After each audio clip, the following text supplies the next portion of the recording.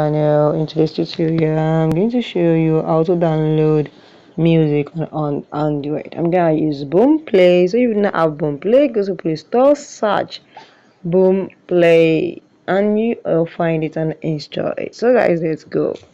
This is my Boomplay. Open it. When you open it, and then you can search for any music here.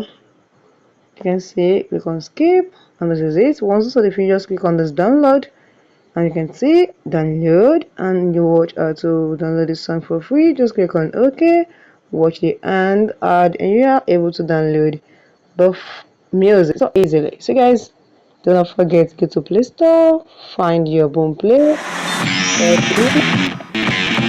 Once you install it, then you'll be able to download the music very quickly. Just watch the ad and you download it. So guys, if you found this video helpful, hit the like button, share and comment.